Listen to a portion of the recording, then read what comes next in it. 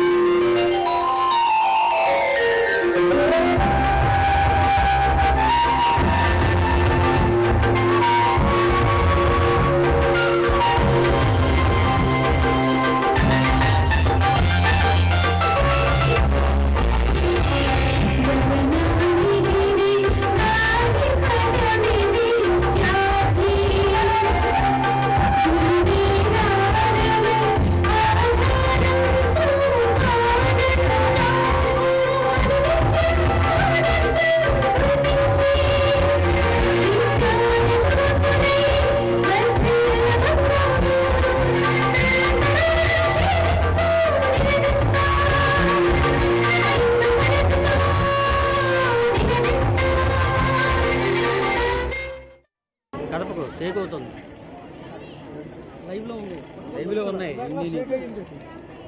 కొంచెం కాలానికి తమ్ముడి అమర కాలు కాలు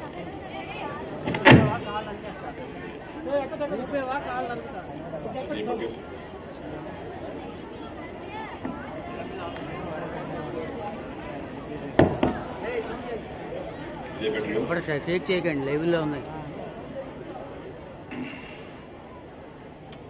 స్లోగా దిగు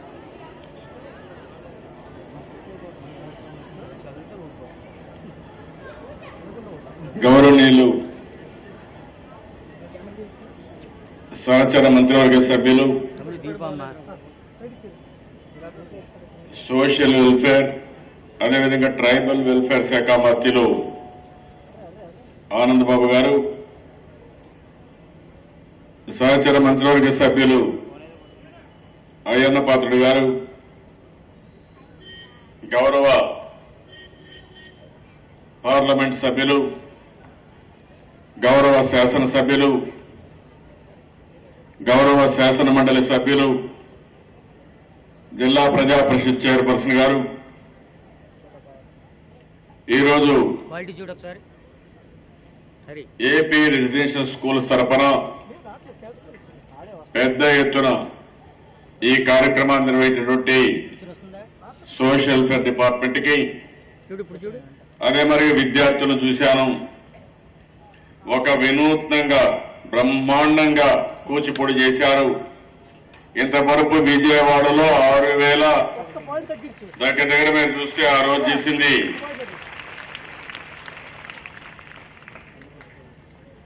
6,117 మందితో చేస్తే ఈరోజు ఇక్కడ 7,000 మంది విద్యార్థులు బ్రహ్మాండంగా కూచిపూడి చేశారు. మిమ్మల్ని అందరినీ అభినందిస్తున్నా. ఇది ఒక చరిత్ర. మామూలుగా మీరు చూస్తే ఇంద్రధనుసులో 7 రంగులుంటాయి. ఇక్కడ చూస్తే 7,000 రంగులు కనపడుస్తున్నాయి. కన్నుల పండుగగా ఉంది. ఈరోజు ఇంకొక పక్క చూస్తే పిల్లలు చూస్తా ఉంటే రెసిడెన్షియల్ స్కూల్లో చదివే పిల్లలు ఎంత చక్కగా బ్రహ్మాండంగా నేర్చుకుని ఈరోజు ఒక చరిత్ర సృష్టించడానికి శ్రీకారం చుట్టారు. చదువులోనే కాదు, కూచిపూడిలో కూడా మేమే నెంబర్ 1 అని ప్రూవ్ చేయడానికి ముందుకొచ్చారు. మిమ్మల్ని మరొక్కసారి అభినందిస్తున్నా. ఈరోజు మీరు ఒకసారి చూసినప్పుడు మీకు ఈ ట్రైనింగ్ ఇచ్చినటువంటి టీచర్లు కూడా మనస్ఫూర్తిగా నమస్కారాలు, ధన్యవాదాలు తెలియజేస్తున్నా. అనతి కాలం, తక్కువ సమయం అద్భుతంగా తీర్చిదిద్దారు. నేను ఎప్పుడు చెప్తాను, మట్టిలో మాణిక్యాలు మీరు. మీకు తెలివితేటలున్నాయి, అందచందాలున్నాయి. మీకు కానీ సహకారం ఇస్తే, చేయూతనిస్తే బ్రహ్మాండంగా రాణించే పిల్లలు ఈ వెల్ఫేర్ హాస్టల్లో ఉండే పిల్లలని చెప్పి కూడా నేను మీకు తెలియజేసుకుంటున్నాను. నేను అందుకని ఆలోచించాను, ఈ నాట్యం మన సొంతం, మన రాష్ట్రంలో పుట్టింది. ఓకేనా? కృష్ణా జిల్లాలో ఓకే, లైవ్ చేస్తాను. కూచిపూడి గ్రామంలో ఓకే ఓకే. ఈ నాట్యం ప్రారంభమై అక్కడనే మొట్టమొదటిసారిగా స్థాపించబడి దేశ విదేశాల్లో చాలా ప్రావీణ్యత వచ్చింది. కానీ మనం మాత్రం మర్చిపోయే పరిస్థితికి వచ్చింది. అందుకే ఇటీవల కాలంలో కూచిపూడి మన వారసత్వ సంపద. అంతేకాకుండా దీన్ని కాపాడుకుని భావితరాలకు అప్పచెప్పవలసిన బాధ్యత మనందరిపైన ఉంది. ఈరోజు చూస్తే 21 బాలికల గురుకుల పాఠశాల విద్యార్థులు 7,000 మంది ఎంత బాగా నేర్చుకున్నారంటే, తక్కువ సమయంలో ఒకప్పుడు టీచర్ లేరని బాధపడేవాళ్ళం కానీ ఇప్పుడు మిమ్మల్ని చూస్తా ఉంటే మీరే ఒక్కొక్కరు ఒక్కొక్క టీచర్ గా తయారై 100 మంది కూచిపూడి డాన్సర్స్ తయారు చేసే పరిస్థితికి వచ్చారు. ఈరోజు కూచిపూడి కోసం 100 కోట్ల రూపాయలు నేను కేటాయించాను. ప్రతి ఒక్క ఇంట్లో ఆడబిడ్డ కూచిపూడి నేర్చుకోవాలి. మీ జీవితంలో మరుపురాని ఘట్టం ఈ కూచిపూడి డాన్స్ నేర్చుకోవడం. దీనివల్ల మీ ఆరోగ్యం బాగుపడుతుంది. అన్ని డాన్సుల కంటే కూచిపూడి డాన్స్ ఒక విశిష్టత ఉందని చెప్పి కూడా నేను మీకు తెలియజేస్తున్నాను. మీ హావభావాలు కానీ, మీరు చేసే డాన్స్ కానీ ఇవన్నీ చూసినప్పుడు దీనికి ఒక విశిష్టత ఉంది. ఈరోజు మన అదృష్టం 2 రోజులు కలిసి వచ్చాయి.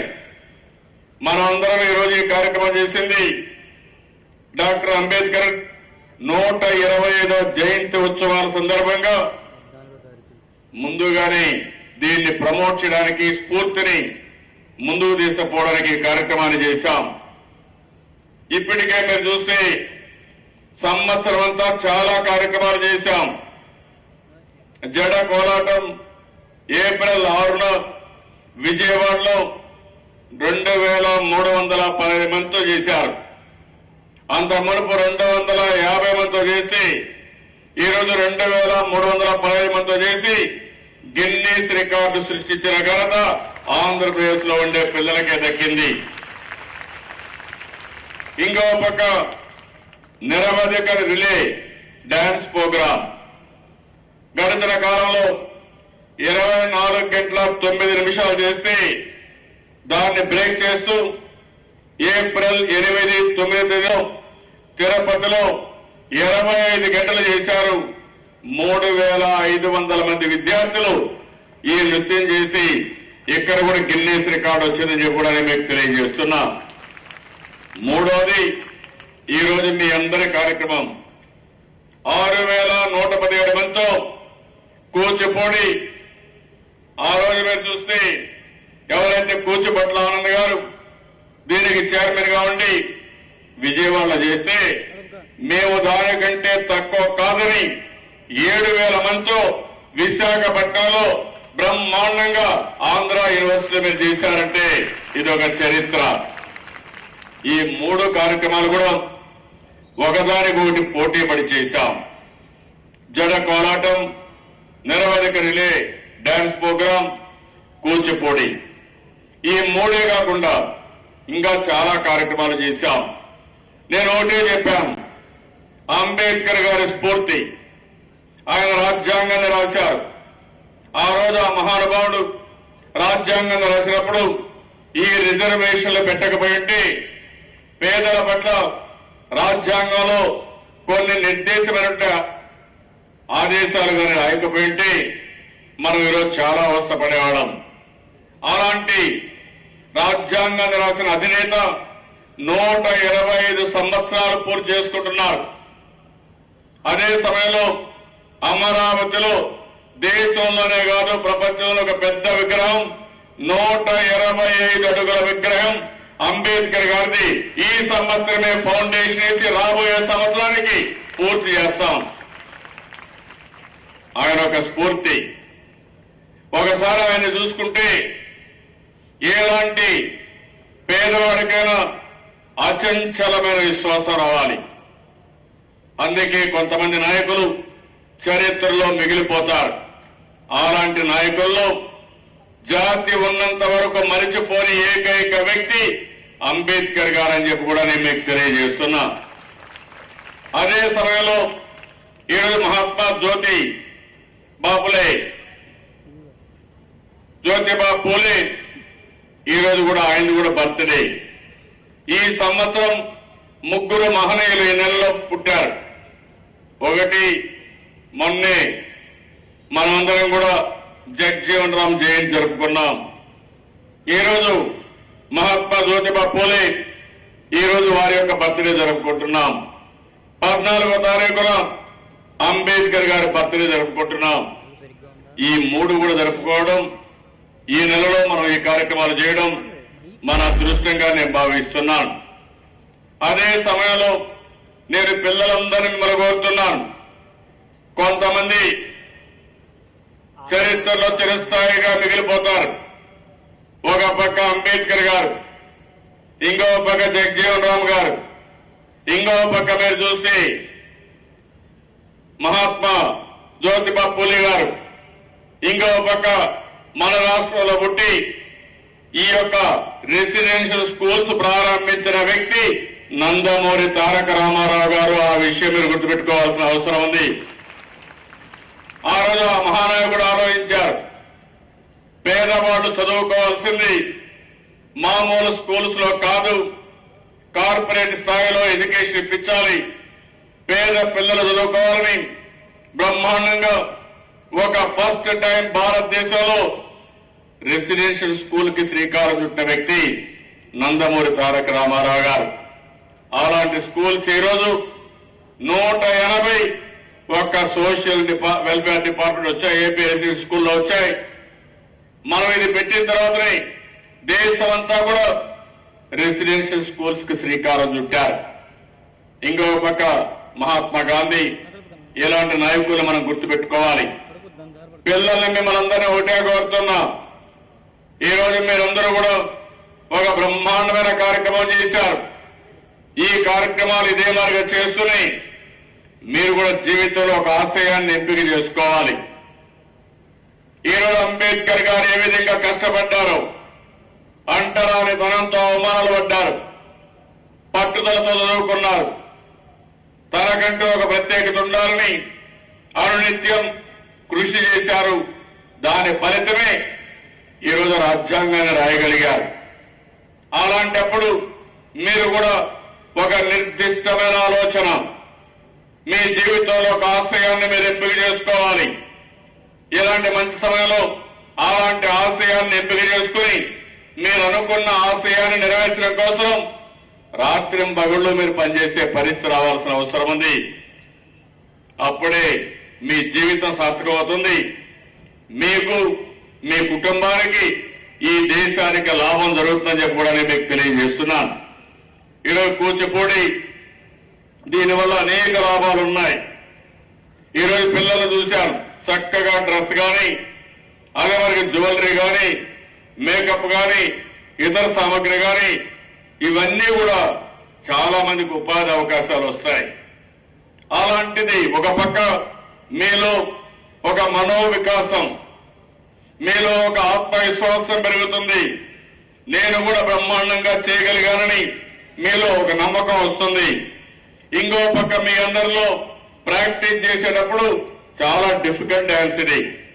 7,000 మంది ఇక్కడ డాన్స్ పెట్టినప్పుడు, పాట పెట్టినప్పుడు దానికి అనుగుణంగా 7,000 మంది బ్రహ్మాండంగా చేయగలిగారంటే మీ యొక్క కాన్సన్ట్రేషన్ ఎంత ఉందో దాన్ని బట్టి అర్థం చేసుకుంటాం. ఇది కాన్సన్ట్రేషన్ పెంచుతుంది, మీలో ఒక మనోనిబ్బరాన్ని కలిగిస్తుంది, ఆత్మవిశ్వాసాన్ని కల్పిస్తుంది. ఇది రాబోయే రోజుల్లో మీ చదువు కూడా బ్రహ్మాండంగా దోహదం చేస్తుందని కూడా నేను మీకు తెలియజేస్తున్నాను. అదే మాదిరిగా మానసిక ఆరోగ్యం, శారీరక ఆరోగ్యం ఇలాంటివి కూడా పాజిటివ్ థింకింగ్ గాని ఇలాంటివన్నీ వచ్చే పరిస్థితి వస్తుంది. ఈ రోజు ఈ డ్యాన్స్ చూసి 15వ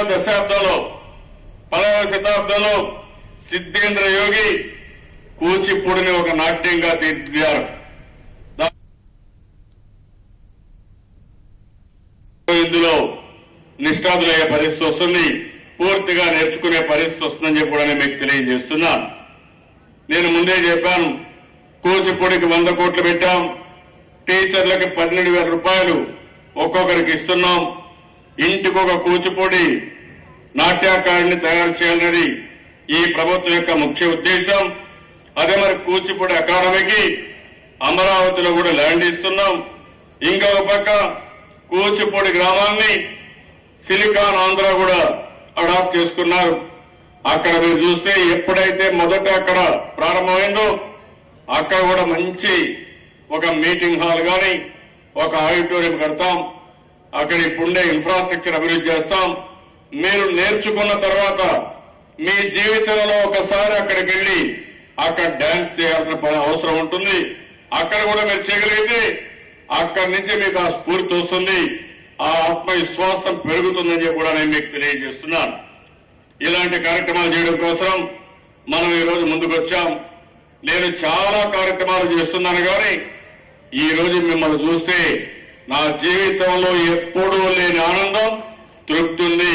దానికి కారణం ఒక రెసిడెన్షియల్ స్కూల్స్ లో ఉండే పిల్లలు చాలా తక్కువ సమయంలో అంబేద్కర్ గారి ఆశయాల్ని ప్రమోట్ చేయడానికి మీరు చాలా చక్కగా ఈ రోజు యొక్క కూచిపూడి డాన్స్ చేశారు.